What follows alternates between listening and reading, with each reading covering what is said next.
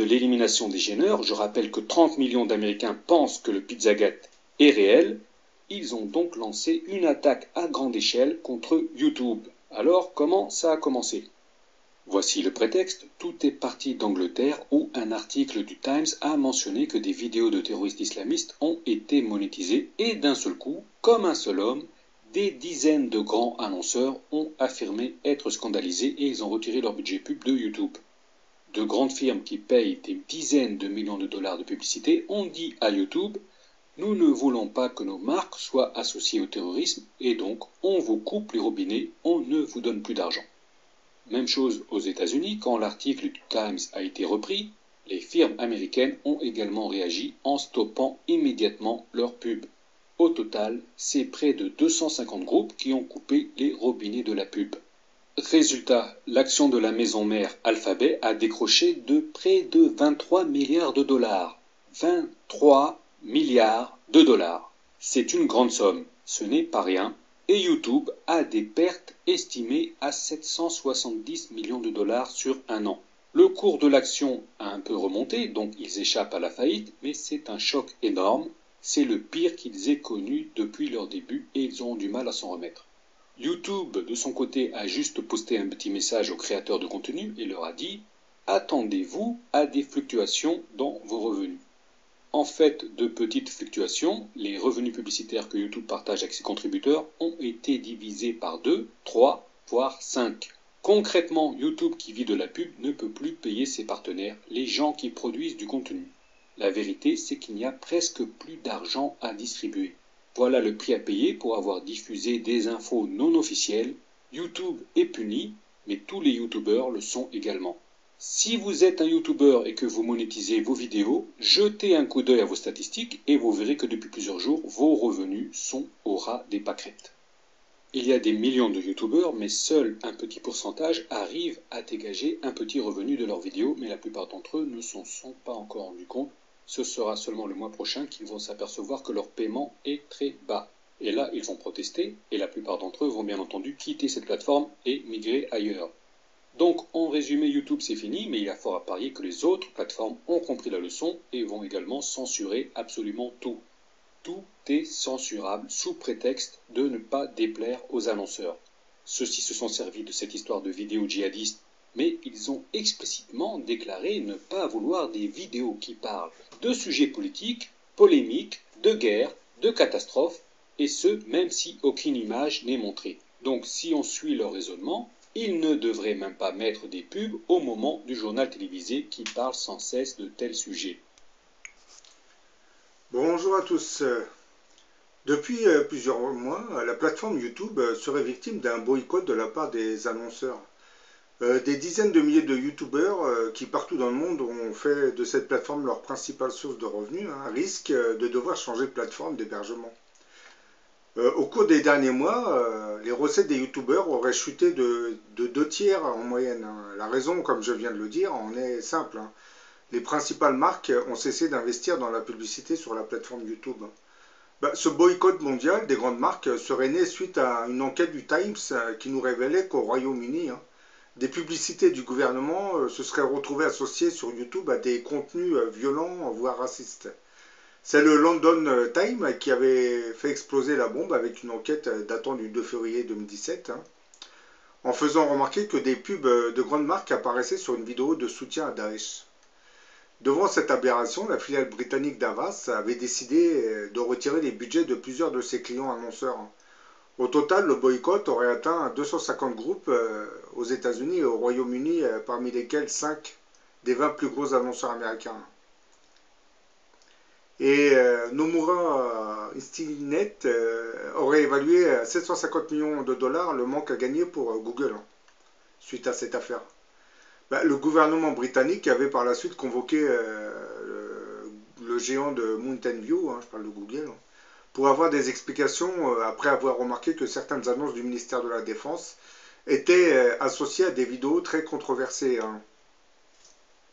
Dans les colonnes du Guardian, une porte-parole du gouvernement avait ainsi déclaré que la publicité numérique est une manière très rentable pour le gouvernement de mobiliser des millions de personnes dans des campagnes pour le recrutement militaire ou le don du sang.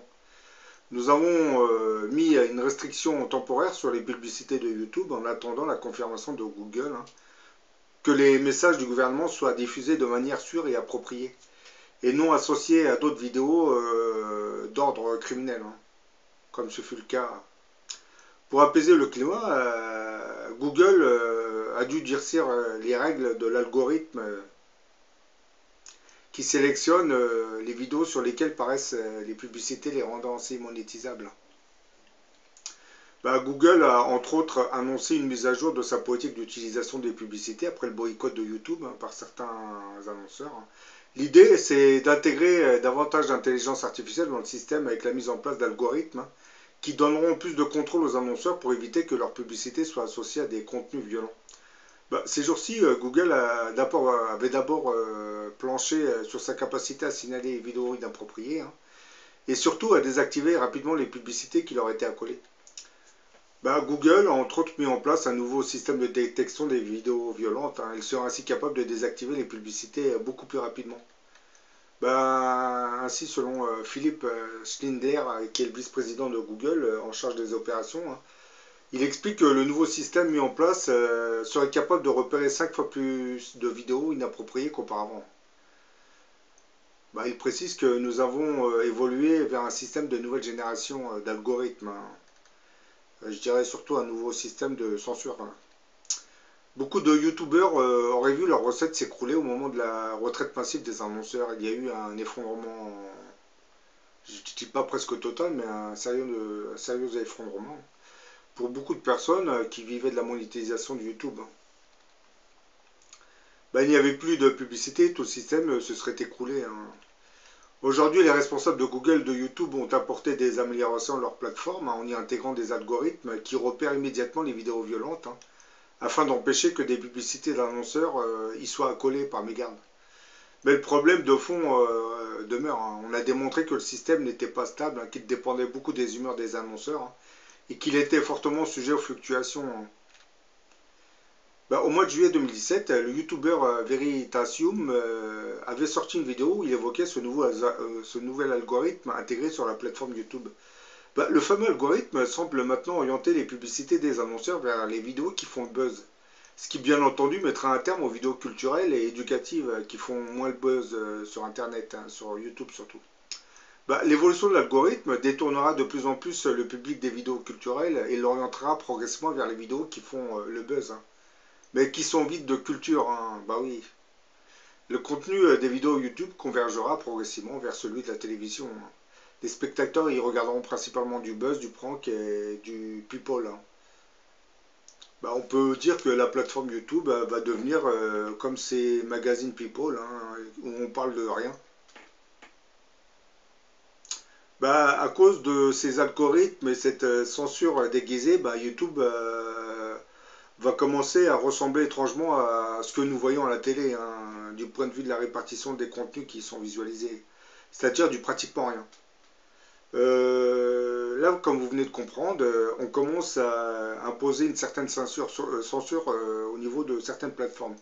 C'est-à-dire nos chers annonceurs qui payent YouTube pour leur publicité vont commencer à imposer des contraintes aux plateformes pour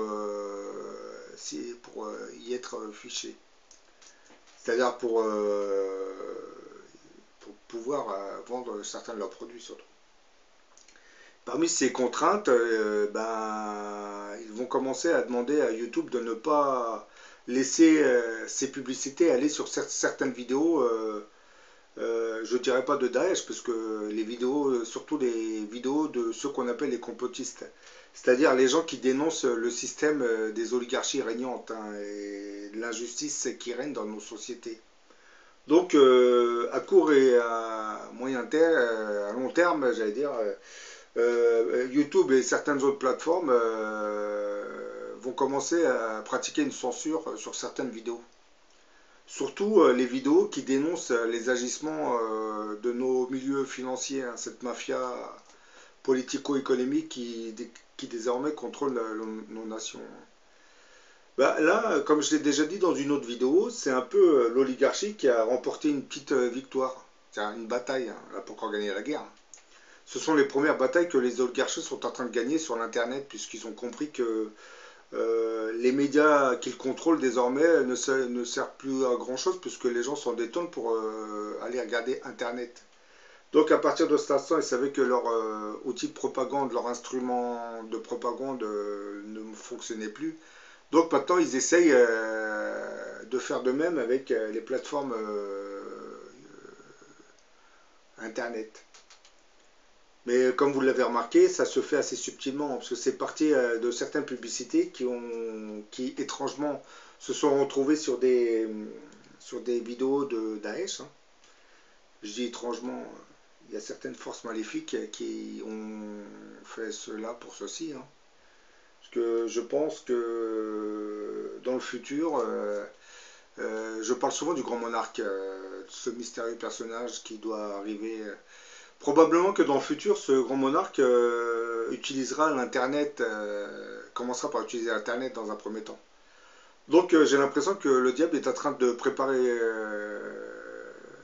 sa défense pour l'empêcher d'approcher l'Internet. Et bah oui.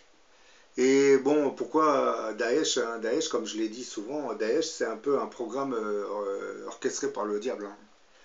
La finalité, parce que les Américains auraient très bien pu mettre un terme au régime syrien déjà, de Bachar al-Assad, hein, ils auraient très bien pu mettre un terme, mais ils l'ont laissé perdurer pour laisser la guerre continuer. Et ainsi, ben, on endort le public, hein, l'opinion, comment dire, on l'instrumentalise complètement, hein, on la conditionne. Et grâce aux agissements de Daesh, on va développer une politique ultra sécuritaire qui permettra aux oligarchies et au gouvernement de détourner l'attention des peuples afin de les orienter vers l'ennemi islamiste, hein, un ennemi imaginaire, hein, parce que comme vous le savez, dans très très peu de temps, Daesh va disparaître complètement. Et vous verrez que les États-Unis vont trouver un nouvel ennemi.